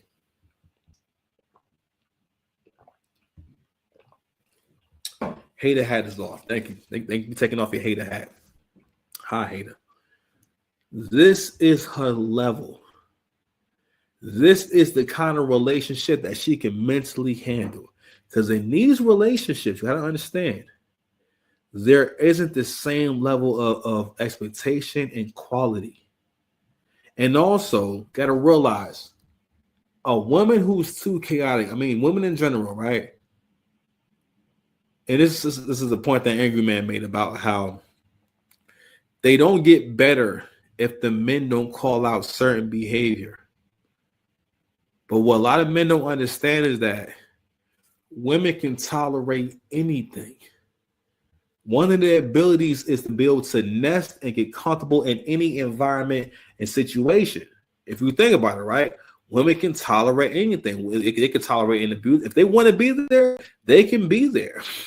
Okay? She can tolerate having bad debt. She can tolerate having terrible friends. She can tolerate having a terrible relationship with her mother. She can tolerate anything she wants to tolerate. That's one of her abilities is toleration. Right?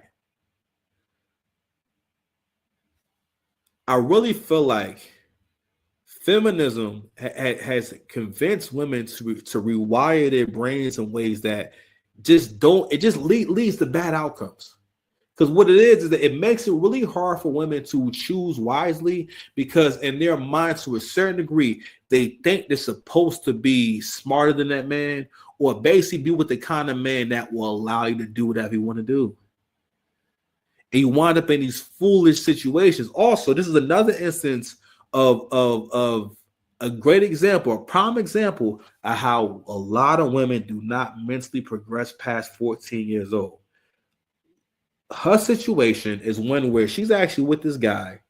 This guy has 5 children already. He's not even in his mid-30s, I don't think. 5 children. Okay. 5 children and 3 baby mamas.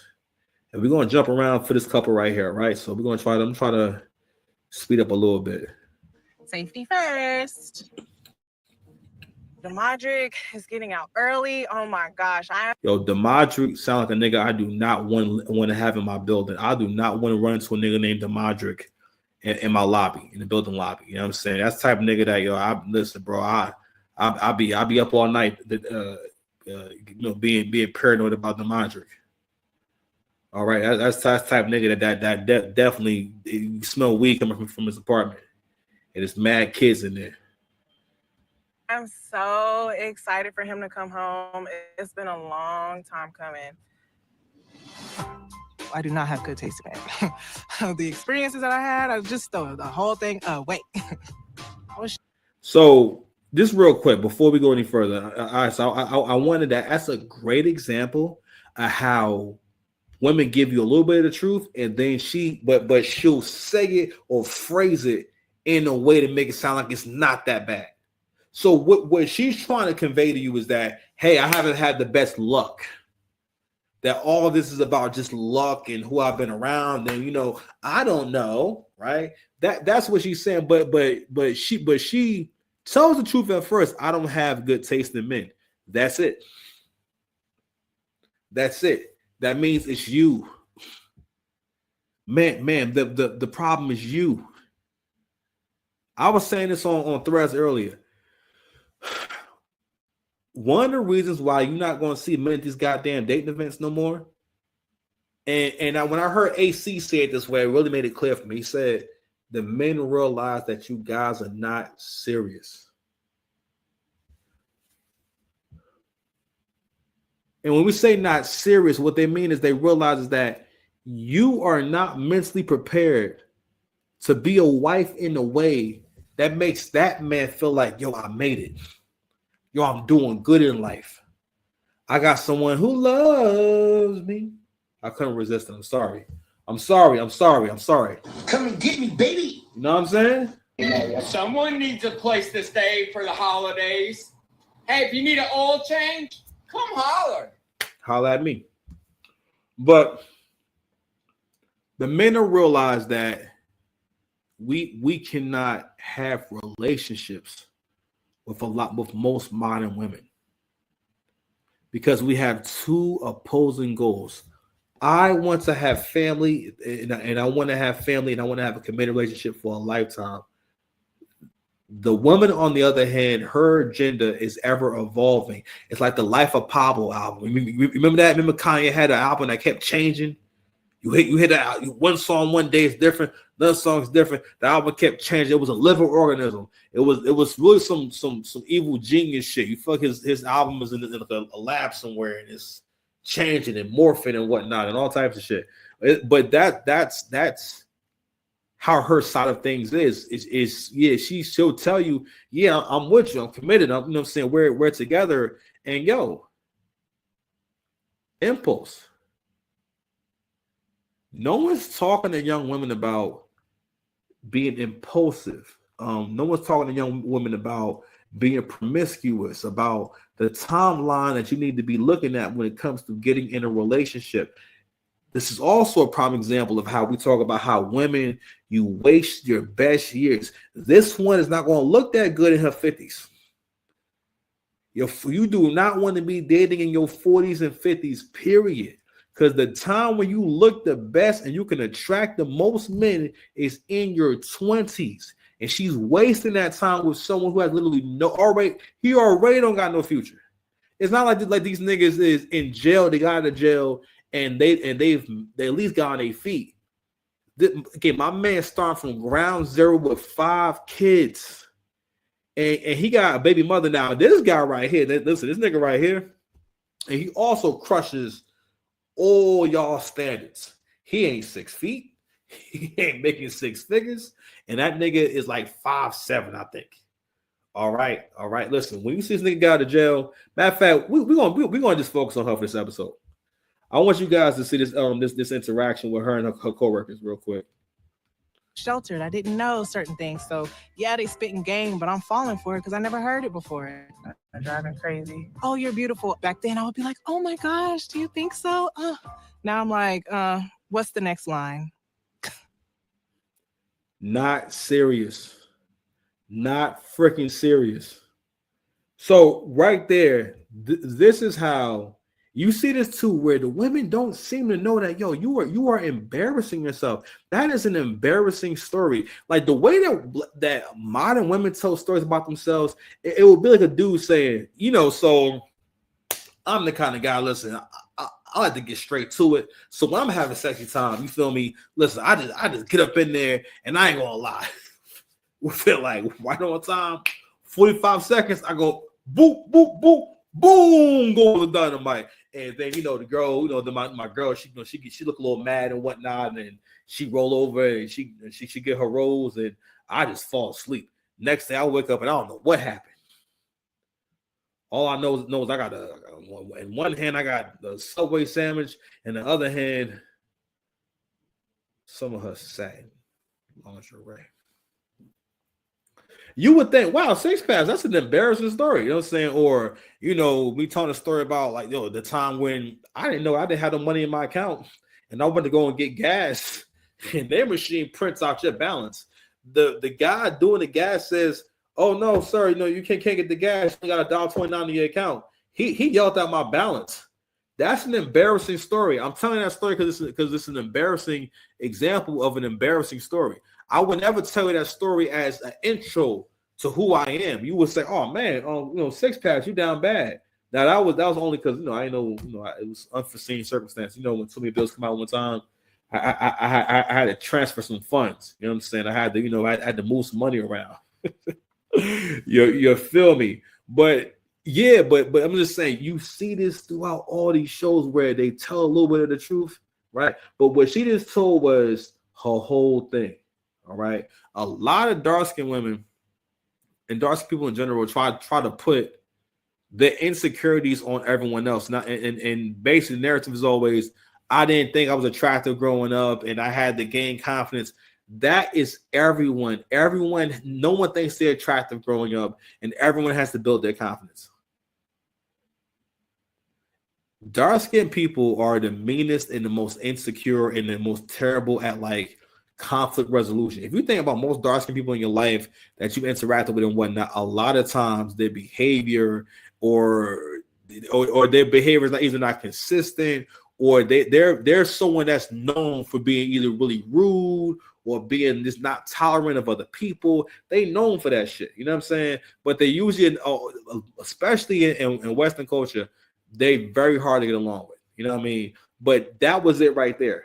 Right. And the comments she made after that, those comments are so fucking pretentious, especially when it comes out the mouths.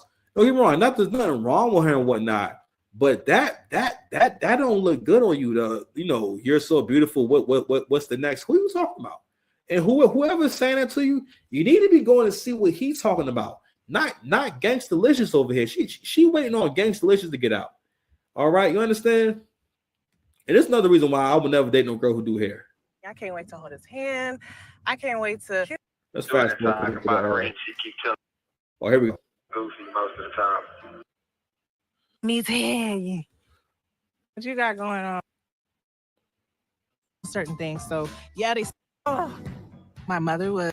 I don't know how, but here we go. Right here. Well, back then I would be like, "Oh my gosh, do you think so?" Now I'm like, "What's the next line?" I can't wait to hold his hand. I can't wait to kiss on him, love on him. My nerves are everywhere. My mother was pretty strict. She wanted us to just really focus on school and go to work and go home. And I was not supposed to have boyfriends, but whatever. Your girl was being a little fast. How to be in a mix. Hey, everybody. Hey. What you got going on?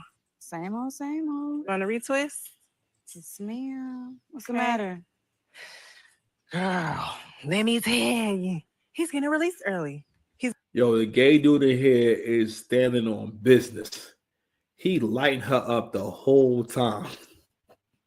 He hit her with truth fireballs and truth Hadoukens the whole time, son. They don't know what's going on. They never had my back. He told me how much he wants to take. They never He's had. getting out in 2 days. How? Honestly, I don't know how, but Snitching. He said snitching. no. One more time, son. Magic One and more I time. have been on school, then go to work and go home. Me too. He's getting released early. He's getting out in 2 days. How? Honestly, I don't know how, but Snitching. And listen, he is the only voice of reason here. And you know why he's doing this? Now, gay dudes, for the most part, are always supportive of the bullshit, whether they're complacent or not. Right? He done heard them talk so much bullshit up in there that he just said, you know what? I can't take it. I can't take it. He's just like, yo, fuck it. I'm just going to tell y'all what it is. All right? And he might be right. He said snitching. Because that's when you listen. Anyway, you know what? No.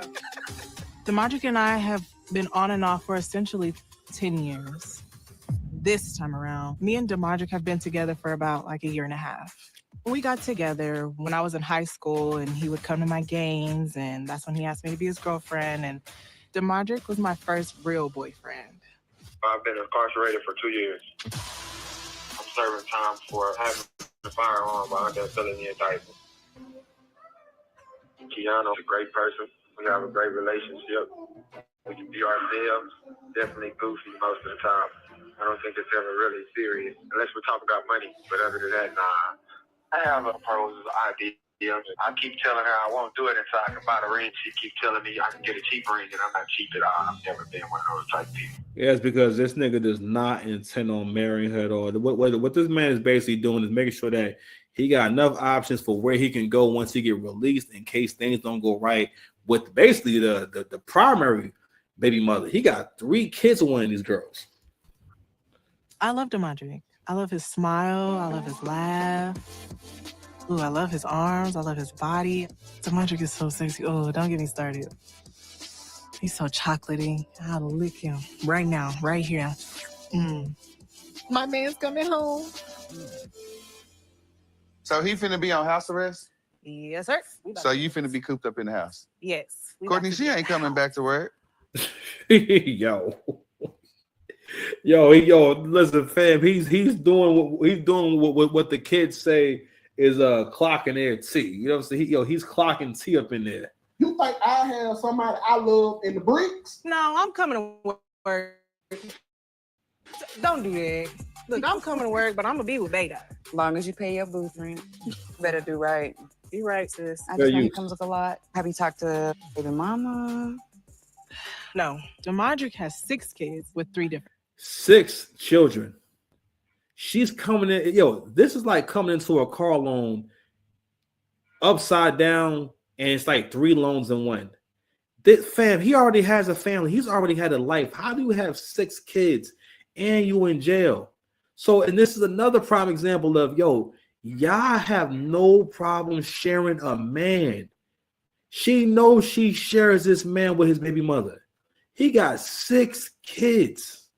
All right. And again, this is also another example of how less than 18% of black men impregnate close to 70% of the women, because we still got to factor in those non-black men, you know what I'm saying, who are also getting black women pregnant and having kids with. Because black women have 2 million more kids than black men. Let that sink in. 2 million more. You know what I'm saying? 2 million more. Women. How many does he have with Joella? 3. I really haven't had. Ooh, Joella. Joella is a problem. This is the main thing I want to get to is Joella. Let's go, Joella. I have problems with the other baby mamas. You can, fam. When I saw this shit, I said, hold on, man, fam. Let's go ahead and change the screen right there, bro. When I saw this one right here, her name Joella. She got dreads and they red. You finna have a problem with Beloved right here. This is definitely somebody who will throw hands with her.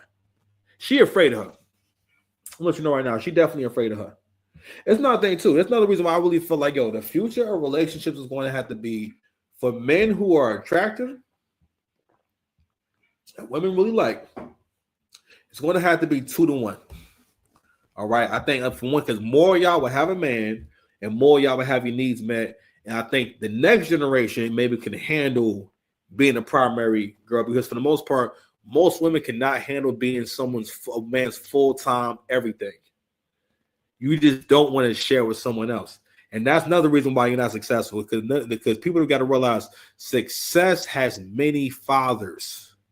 Meaning that the input of many people, whether it's information or actual labor, the effort put in, it is how we become successful. Like, I've been politicking with all the homies that I know write music and can write songs. Say, all right, listen, let's put together a writing team. Don't overthink it. I'm gonna send you the track. Send me some ideas. I will take the ideas and I will create a song from it. You don't overthink it. You know what I'm saying? Recording your phone, send me your idea. You know what I'm saying? Hold on. I snap my fingers. You forget that you were ever gay. I was never gay. Exactly. Wait, no, stop. Yes. No, stop. You can't. I was never. You was never gay. Yeah, she a problem. Wait till you see what she be saying. Old girl be doing on social media. Just that one. I don't really like to say her name. Then she afraid of her. That woman definitely told her that she'll beat her up before. But you can always be the bigger person. I've been the big person. How? Not speaking my mind and being respectful even when I'm disrespected. Posting on social media. I can't wait for the kids. Yo, you said none missing my baby's father. Man can't wait to hug my boy. His daddy to come home. Because that mean he on the phone talking to her. Y'all gonna meet at the bus station together picking up. She trying to tell her, like plain, like honestly, like real talk. I don't know why that's absolutely true, and you're gonna find out why it could be true in a second. Wait till you see this next post. Okay, big baby mother, because that's the big one. That's Big Mama. We'll call her Big Mama. Big Mama is crazy. I ain't gonna hold you. He said, What would we don't do? she don't believe that. She did the neck roll and everything. She don't believe that shit. And matter of fact, she afraid it's gonna happen. She afraid that girl gonna beat up at the bus stop. I bet we don't. Joella is still in love with Demondrick. You know, she constantly posts. Missing my BDF and me. Miss him dangling. She put three eggplants. Goodness gracious. So merch. Yo. First of all, these tweets are there to the point where the Love After Lockup team was able to go find them and put them here. She didn't even take this down. She's posting, and you know why she's posting this? Do you want to know why she's posting it? Because they are in a relationship.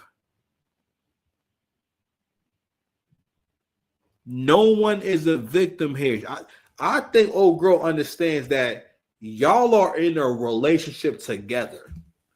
All right.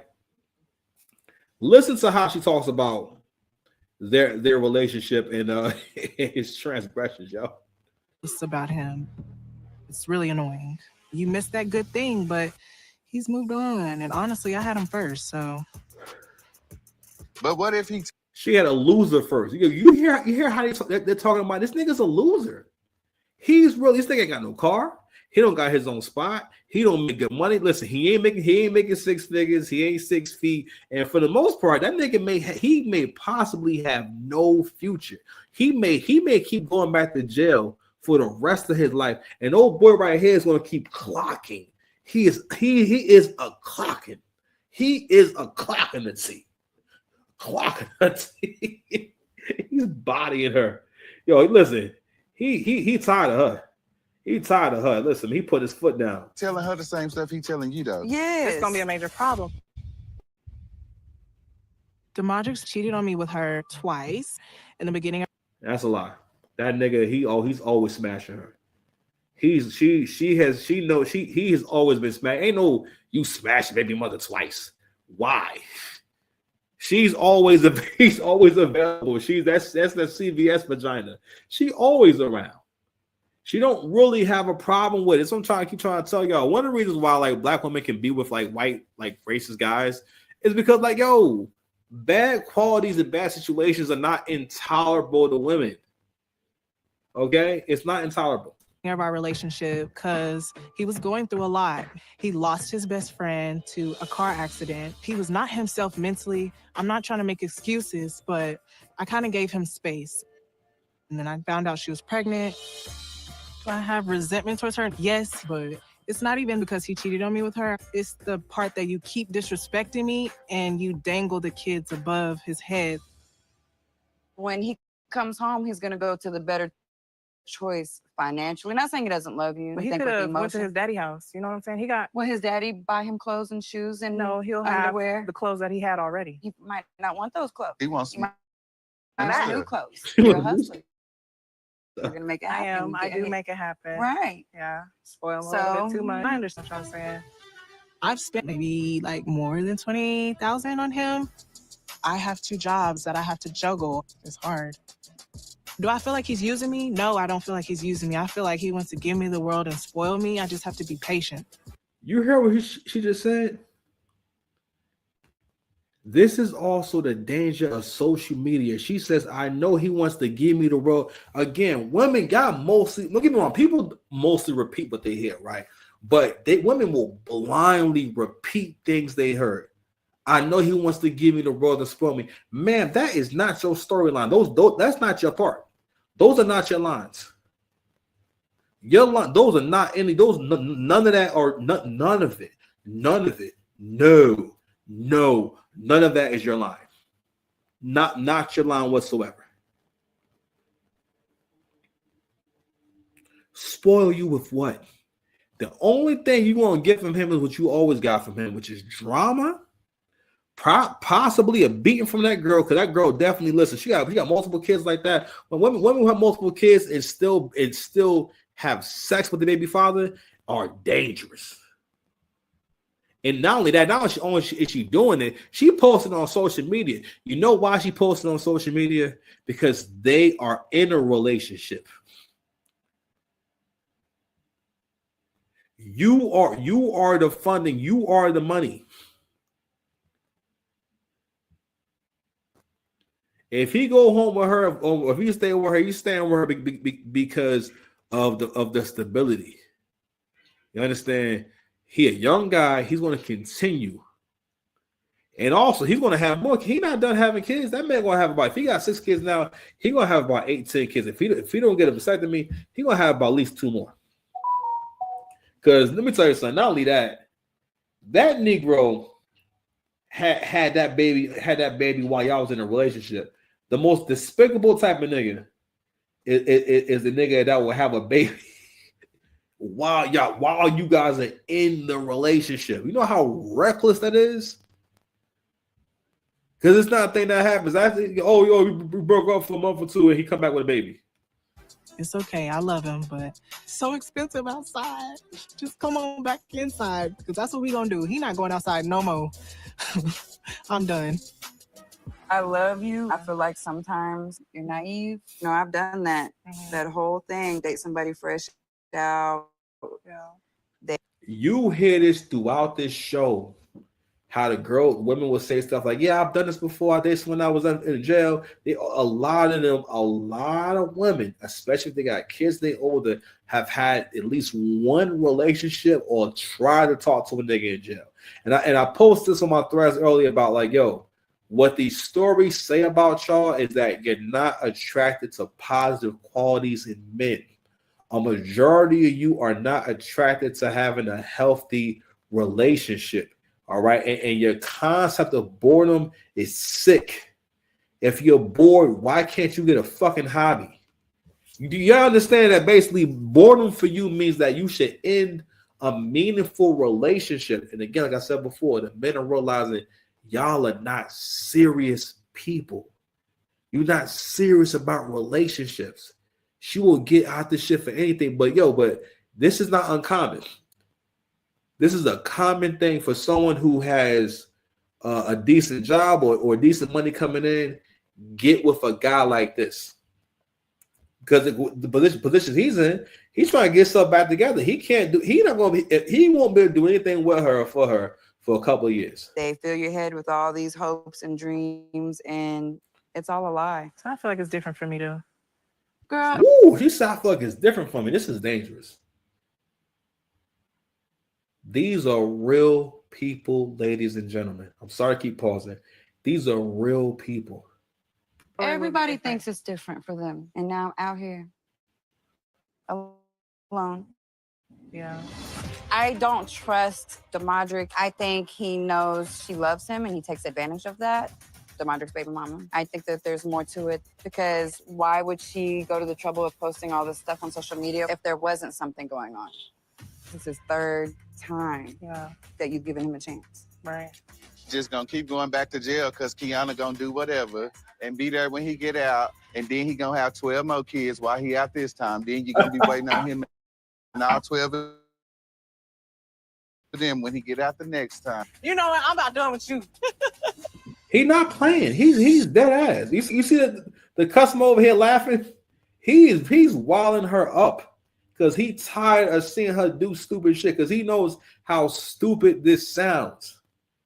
Rather than be with a guy on the outside who actually got a job that you can look at. And that's another thing about how women think in the subjective. Shout out to the angry man. I don't want him thinking I'm stealing his points.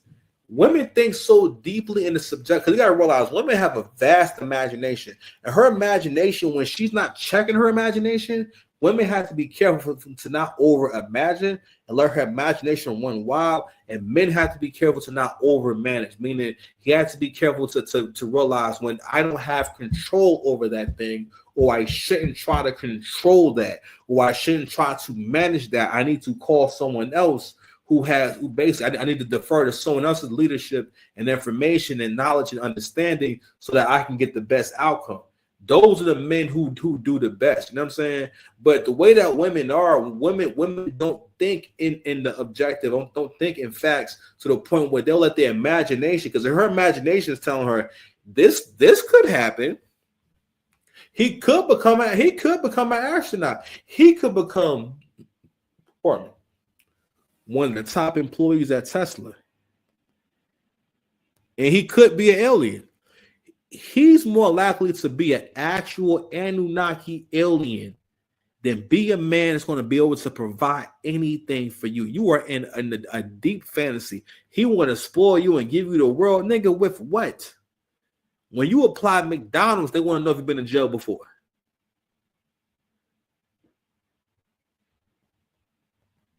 I need someone to believe in me how y'all be believing in these inmates, yo. I'm let them finish, yo. Then we're gonna go ahead and close out. That was actually it. Nah, you know what? I'm out of here, yo. I gotta go. I'm tired. I gotta make these burgers. These burgers in here frozen. They're ready to be cooked. You understand? Yeah. They don't know what's going on. They never had my back. He told me how much he wants to protect you. They never had me. Little ninja. I see you, little crusty ninja. Listen, this is the beginning of the season. It's actually 3 episodes, man. There's a lot of ground to cover. We got a lot of work to do. I ain't gonna hold you. You feel me? But just to go ahead and finish up on this couple right here, because I love to break down the archetypes and the dynamics. So this one right here, she don't have no kids and she not fat. So what's going on with her? What's going on with this one is, for the most part, now she is the example of the girl who's going to waste her best years. These are the last 3 years she want to have her looking that young. After that, she want to start looking a lot older. Not that it looks bad if you look older. It's just that, again, a woman's looks is like being an athlete. No matter who you are, how talented you are, your best years are going to be between 15 and 25. If you're an athlete, that's going to be your best years, because that's when you can build the most strength. And your body is still in a state of where you create a lot of HGH, so you can take more punishment. You have more energy. Whereas when after 25, your body starts producing HGH, which you know what produces testosterone. Just all the good hormones that keep you looking good and feeling good. You understand? So that stops happening, right? Over time. So genetically, that's the best time to be seeking those kind of opportunities, or to be going hard if you're an athlete. It's the same thing with women. First of all, most women, they meet the guy they want to have kids with between the ages of 16 and 25. That's when they at least meet. I'll go with maybe 26, 27. You know what I'm saying? But she meets the guy she's going to have kids with between 16 and 27. All right. When you count when the high school relationships that turn into adult relationships, or the kids that people have in high school, like a lot of, so those are the best years. And what she's going to do is keep going through these bad relationships, and then she's going to come into her 30s. If she's not, I forgot how old she is. I think she's in her 20s. She's going to come into her 30s. Now she's wasted all these baby making years, where she could have been having a marriage and having babies and whatnot. Because what also happens with women who grow up with single mothers, even if they have a stepfather, they wind up having a resentment for regular relationships, and they have this "it's going to be different for me" mentality. They're the kind of person that where they know this may end badly, but they will ignore it for the sake of impulse, right? You can tell that her stepfather, which I'll show him in the next time we do this because it's more to show, but we'll be here all day. He's a cool guy. He's not a bad guy at all, and I'm not saying that he's a vagina, but easygoing guys like that don't rule with an iron fist. They don't have a lot of rules and standards for their family. They're kind of the go with the flow kind of, you know what I'm saying? And also, again, when you're around kids that aren't your kids, you don't have the same authority. That's one of the reasons why a lot of men, if they want to be in control of their household, it's hard to date a woman who got kids if you want to be the head of the household, because you have a series of people who are not really under your control. Anyway, we out, man. We done. Dance party with Beyonce.